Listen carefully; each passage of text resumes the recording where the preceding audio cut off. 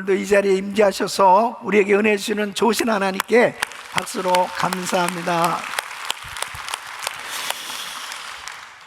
사람들은 누구나 다 무엇인가에 열심히 투자하고 살고 있습니다. 왜 자신의 귀한 것을 투자하면서 열심히 살아갈까요? 그 자신이 투자한 것을 통해서 많은 이윤을 얻는다면 자신의 삶이 좀 더 윤택해지고 성공적인 삶이 될 수 있다고 생각하기 때문에 열심히 무언가에 투자하고 살고 있는 것입니다. 그런데 정말 이 땅에서 내가 무언가에 투자한 것이 과연 안전할까요? 정말 완전한 보장이 된 그러한 상황이 될 수 있을까요?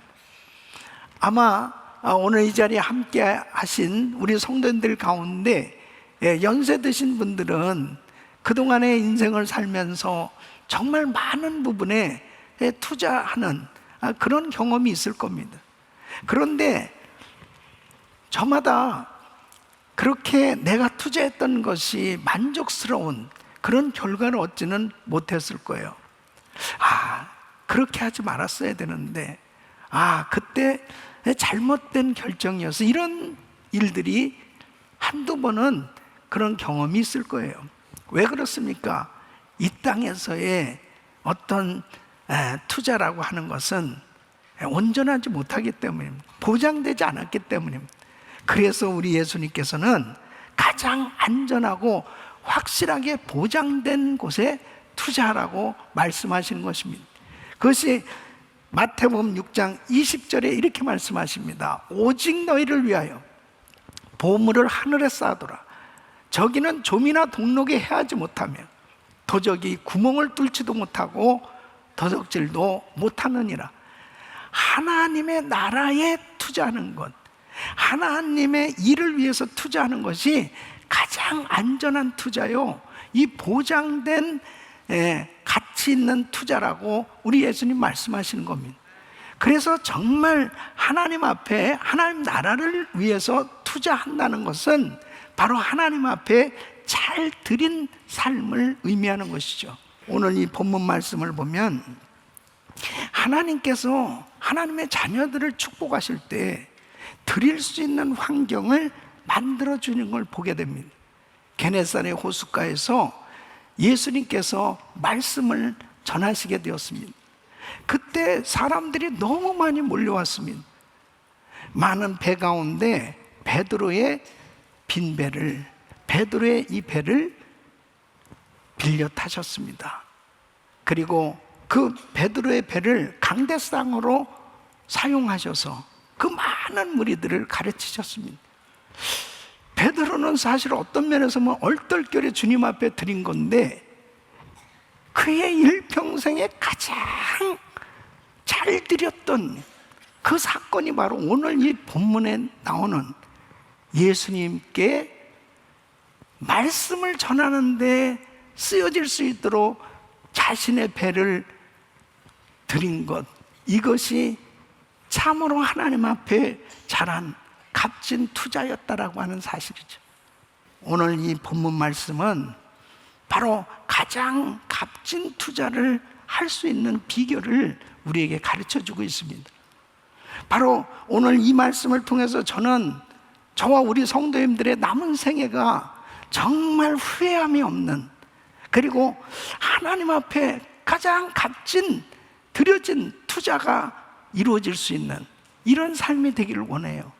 오늘 이 말씀을 들으시면서 다시 한번 자신의 삶을 돌아보고, 그리고 하나님 앞에 잘 드려진 삶이 되셔서 승리하고 성공적인 인생 되시길 예수 이름으로 축원합니다. 자, 그러면 많은 사람들의 배가 있었어요. 그 중에 베드로의 배를 빌려 타셨습니다. 오늘 이 말씀을 통해서 하나님 나라에 잘 투자를 하려면 어떻게 해야 되는가? 오늘 이 말씀이 바로 여러분 평생에 정말 잘 투자하는 그런 인생이 되어지는 귀한 말씀 되시기를 예수 이름으로 축원합니다. 자, 첫째는 하나님 나라에 잘 투자하려면 하나님께 드리는 훈련이 필요합니다.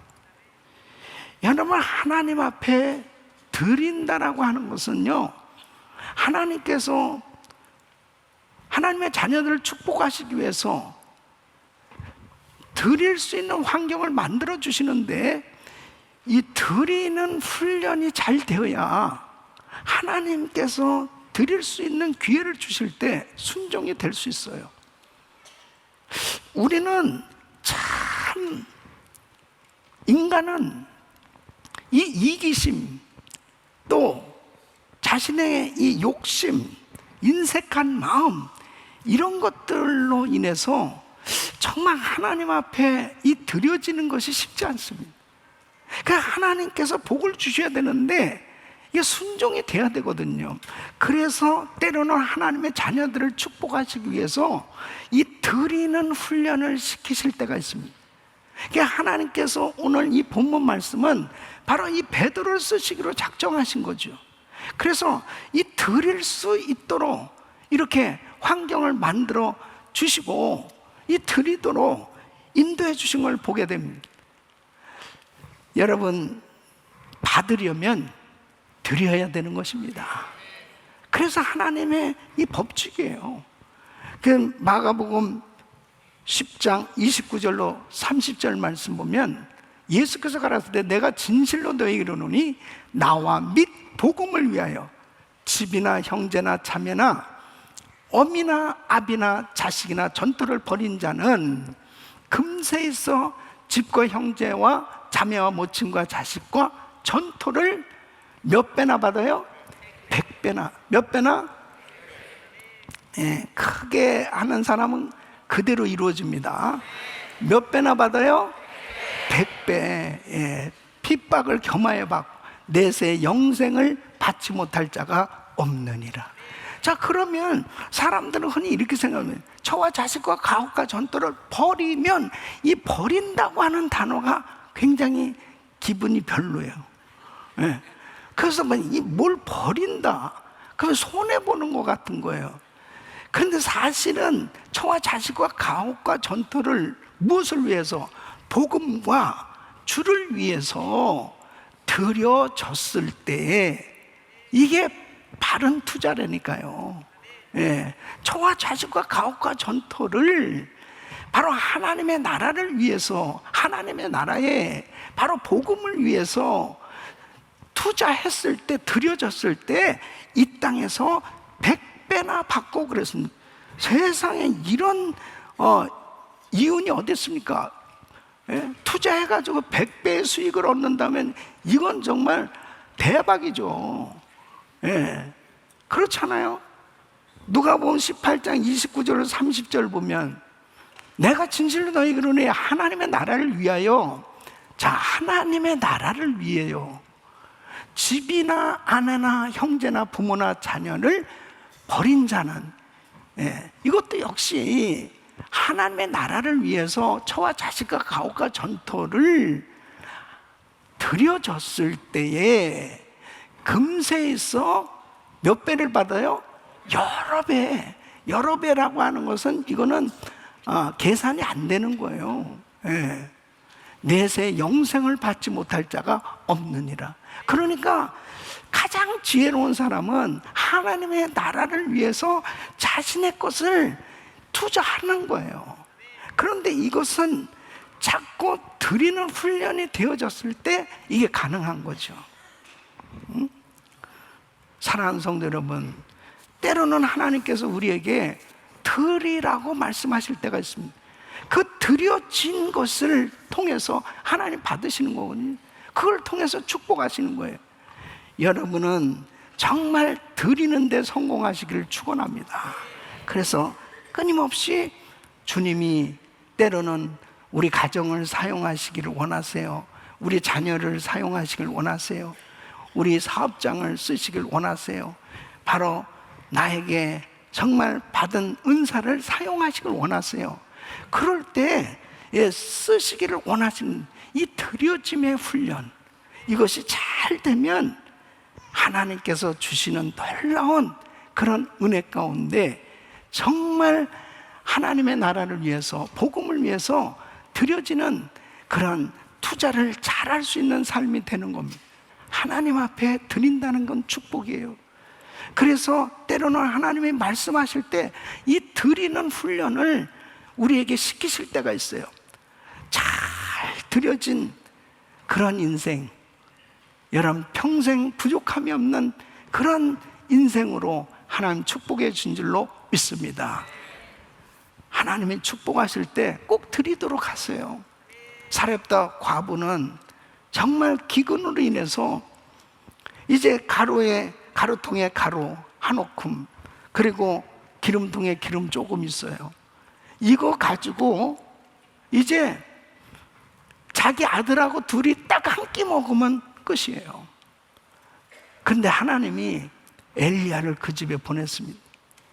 엘리야가 그 기근시에 살고 있는 그 가난한 집에 신방을 간 거예요. 근데 하나님 보내셨잖아요. 그러면 마켓을 봐가지고 가서 그 가정을 도와주는 그런 것이 어떤 면에서는 정상이라도 볼 수 있는데, 이 엘리야가 그 조금 있는 거, 그 딱 한 끼 먹을 수 있는 것을 가져오라고 그래요. 그리고 축복했을 때 여러분, 가루통에 가루가 끊어지지 않고 기름통에 기름이 떨어지지 않도록 하나님께서 부어주신 줄로 믿습니다. 하나님께서 드리도록, 때로는 너무 없는데 자꾸 드리라고 감동을 주시는 거예요. 그런 환경, 드릴 수 있다는 것은 얼마나 큰 축복인지 몰라요. 주님께 바른 투자가 되기만 하면 하나님은 책임져 주시는 거죠. 여러분, 수냄 여인을 축복하시기 위해서 하나님은 엘리사를 그 가정에 보내십니다. 수냄 여인은 자기 집이 여러 방이 있었단 말이죠. 근데 자기 마음에 자꾸 감동이 오는 거예요. 엘리사 선지자님이 참 사역하면서 얼마나 피곤하실까. 우리 집에 방이 있는데 이 방을 하나 잘 꾸며서 이 엘리사 선지자님을 모시자, 이런 마음이 생겼어요. 엘리사가 원한 것도 아니었습니다. 그런데 엘리사를 자기 집에 모셨어요. 그런데 놀라운 일이 벌어진 거예요. 하나님께서 그 가정에 필요한 것을 아시고 구하지도 않았는데 아들을 주시고 그 가정에 필요한 것들을 채워주셨던 것을 보게 됩니다. 사랑하는 성도 여러분, 하나님 앞에 드릴 수 있다는 것은 축복이에요. 주의 일에 쓰임받을 수 있다는 건 축복이에요. 주님의 나라에 투자하며 산다는 것은 축복입니다. 하나님 앞에 정말 드리는 것, 이것이 가장 좋은 투자예요. 우리 주님이 귀하게 축복해 준 줄로 믿습니다. 우리 귀한 성도님들, 때로는 하나님이 드리도록 환경을 허락하실 때 그때가 바로 하나님 앞에 쓰임받을 수 있는 기회라는 사실을 꼭 기억하시고 우리 주님 앞에 드리는데 성공하시기를 예수 이름으로 축원합니다. 두 번째는, 하나님 나라에 잘 투자하려면 하나님 말씀을 듣는 것이 중요합니다. 자, 여러분 2절 3절, 3절 말씀 보면 배에서 무리를 가르치시더니 그랬습니다. 바로 우리 예수님께서 말씀을 가르치셨어요. 그때 그 배에 누가 있는 거예요? 베드로가 있죠. 자기의 배니까 베드로는 예수님 옆에 서 있었을 것입니다. 앉아있든지 서 있었든지 그 배 안에 베드로가 있었어요. 하나님의 말씀을 들을 수 있다는 게 축복이라니까요. 여러분, 하나님의 말씀을 들어야 믿음이 생겨지는 거예요. 로마서 10장 17절 말씀을 보면, 그러므로 믿음은 들음에서 나며 들으면 그리스도의 말씀으로 말미암느니라. 하나님의 말씀을 들을 때 믿음이 생겨지고 믿음이 있어야 순종할 수 있는 거예요. 하나님께서 베드로에게 말씀을 통해서 많은 감동을 주셨을 것입니다. 이 베드로가 은혜를 받은 게 뭘로 할 수 있냐면은 4절 말씀을 보면 이제 예수님께서 말씀을 마치셨어요. 말씀을 마치시고 시몬에게 이르실 때 깊은 데로 가서 그물을 내려 고기를 잡으라 그랬습니다. 자, 그러면 물고기 잡는 데 있어서 누가 전문가예요? 베드로가 전문가입니까? 예수님이 전문가입니까? 베드로가 전문가죠. 베드로는 물고기 잡는 데 있어서는 그는 평생 그 일을 하며 살았으니까요. 근데 또 이렇게 얘기하잖아요. 베드로가 밤새도록 그물을 던졌다. 모든 것을 다 해봤다. 그런데 한 마리도 잡지 못했다. 근데 주님이 깊은 곳으로 가서 그물을 내려 고기를 잡으라고 이 말씀을 하시는데 베드로가 어떻게 해요? 5절 말씀을 보면 말씀에 의지하여 내가 그물을 내리리다. 말씀에 의지하여. 이것은 뭐냐면 주님의 말씀에 감동을 받은 거예요. 아, 저분의 말씀에 순종을 해야 되겠다. 그 말씀에 의지해서 그물을 내렸더니 2배 가득 채워지는 물고기가 잡히게 되었단 말이에요. 사랑하는 성도 여러분, 주님의 말씀에 순종할 때 역사가 일어나는 것입니다. 하나님의 말씀을 듣는 것이 그렇게 중요해요. 오늘도 하나님의 말씀을 듣는 성도들이 정말 여러분의 그 심령 속에 오늘도 이 말씀이 심령 속에 와닿아야 돼요. 그 말씀이 내 말씀으로 들려줘야 돼요. 그 말씀이 여러분 심령 속에 와닿을 때 하나님의 역사는 일어나는 것입니다. 고넬료 가정에 베드로가 갔을 때 베드로가 말씀을 증거하는데 이 고넬료 가정에 모든 모인 사람들이 다 성령 충만함을 받는 거예요.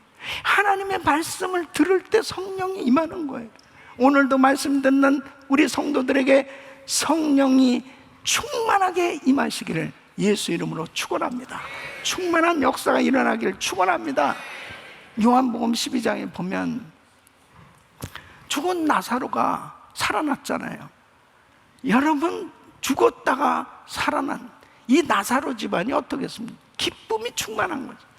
그 예수님이 오신다고 그러니까 주님이 살려주신 거 아니에요. 그러니까 잔치가 벌어진 거예요. 잔치가.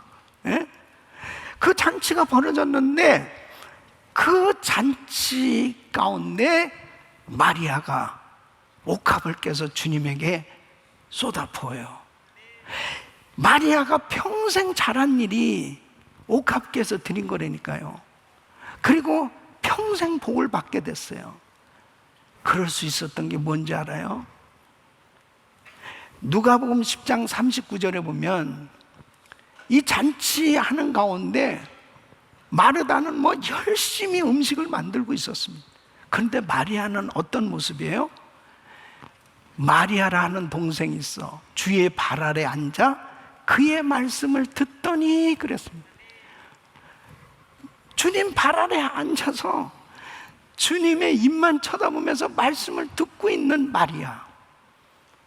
근데 마르다가 보니까 아유, 저 계집애 저거 저 얄미워. 주님, 쟤 좀 보내서 좀 일 좀 같이 하라고 그러세요. 그러면서 짜증을 부리는 거예요. 그러니까 42절에 예수님이 이렇게 말씀하십니다. 마르다야, 그냥 몇 가지만 하든지 혹 한 가지만이라도 족하니라. 마리아는 어떻게 됐어요? 이 좋은 편을 택하였으니 빼앗기지 아니하리라. 마리아가 주님의 말씀을 청종하는 것을 주님이 그렇게 기뻐하신 거예요. 그리고 마리아는 말씀을 받았기 때문에 감동도 받았고, 그리고 옥합을 깨서 주님 앞에 드릴 수 있는 그런 은혜가 있었던 것입니다. 교회는 은혜 받는 장소입니다. 여러분이 봉사하는 거 중요해요. 그런데 더 중요한 것은 예배 잘 드리는 겁니다. 절대로 여러분이 봉사하면서 인상 쓰지 마세요. 봉사하면서 절대로 손가락질하면 안 됩니다. 봉사하면서 서로 판단하고 그러면 안 돼요. 주님은 그냥 한 가지면 족하니라. 제일 중요한 것이 말씀을 듣고 은혜 받는 게 중요하다는 거예요. 하나님 앞에 잘 드려지는 인생 되시기를 축원합니다. 말씀으로 충만하시기를 축원합니다. 이번 한여름 성령 집회도 마찬가지예요. 이번에는 어떤 말씀일까? 그 강사님을 통해서 들려주시는 그 말씀이 무엇일까? 이 세상에 다른 어떤 것보다도 그런 것에 대한 좀 기대감이 막 있어야 됩니다. 설렘이 있어야 되고, 그래서 그 말씀이 나에게 들려졌을 때 내가 이렇게 살아야지, 그리고 하나님의 나라에 투자되어질 수 있는 그런 인생이 되어질 수 있다면 여러분 평생은 복된 인생 될 줄로 믿습니다. 세 번째는 바로 하나님 나라에 잘 투자하려면 자신을 깨닫는 것이 중요한 것입니다. 자신을 깨닫는 것이 축복이에요. 자, 오늘 이 본문 말씀에 8절 말씀 보면 시몬 베드로가 이를 보고 예수의 무릎 아래 엎드려 가로되 주여 나를 떠나소서 나는 죄인이로소이다. 주님과 가까이 할 때 자신의 무능함, 자신의 부족함, 자신의 죄가 깨달아집니다. 평소에는 잘 몰라요. 주님을 가까이 하기만 하면 바로 우리 주님께서 자신을 보게 해주신다니까. 그럼 베드로는 그냥 물고기 잡으면 살았던 거예요. 그냥 나름대로 열심히 성실하게 살았을 거예요. 그런데 자기가 어떤 사람이라는 거 잘 몰랐어요.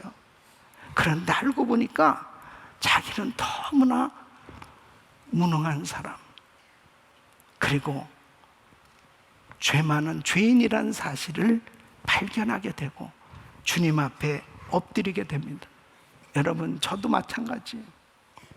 주님을 만나기 전엔 참 교만한 인생이었습니다. 주님 만나고 나서 충격을 받은 게 뭐냐면, 야, 천국까지 오기 있구나. 나는 정말 죄 가운데 이렇게 살았구나. 지옥 갈 수밖에 없는 죄인이구나 하나님 이 사실을 깨닫게 됐을 때 엉엉 울면서 통곡하지 않을 수 없었어요. 주님을 만나고서 그렇게 은혜를 받고 나서도 신앙생활은 마치 양파를 까는 것 같더라고요. 예? 이 정도 은혜 받았으면 됐는가 싶었는데 나중에 보니까 너무너무 주님 앞에 죄송하고 민망한 거예요. 이런 사람이 목사가 되면 안 되겠다. 하나님, 저 40일 금식기도 하겠습니다. 그냥 저절로 서원이 되더라고요. 너무 죄인이라서. 무슨 능력 받기 위해서 40일 금식기도를 하겠다는 게 아니고 너무 내 죄가 중해서 주님, 저를 용서해 주세요. 주님의 보혈로 저를 씻어 주세요. 하나님 앞에 내 자신을 발견한 게 큰 축복이었어요. 사랑하는 성도 여러분, 신앙생활은 정말 하나님 앞에서 자신이 깨달아져야 돼요. 자기도 모르는 사이에 어느 사이에 교만해져 있고, 어느 사이에 마음이 높아져 있고, 어느 사이에 하나님에게서 멀어져 있고, 어느 사이에 하나님 말씀하고 거리가 먼 장소에 자기도 모르는 가운데 그곳에 가 있어요. 그러면서도 그냥 나 구원받았으면 됐지 않는가? 나는 그냥 이렇게 살면 되는 거 아닌가? 이 정도 믿으면 되는 거 아닌가라는 착각 가운데 살 수가 있어요. 자신을 깨닫는 게 축복입니다.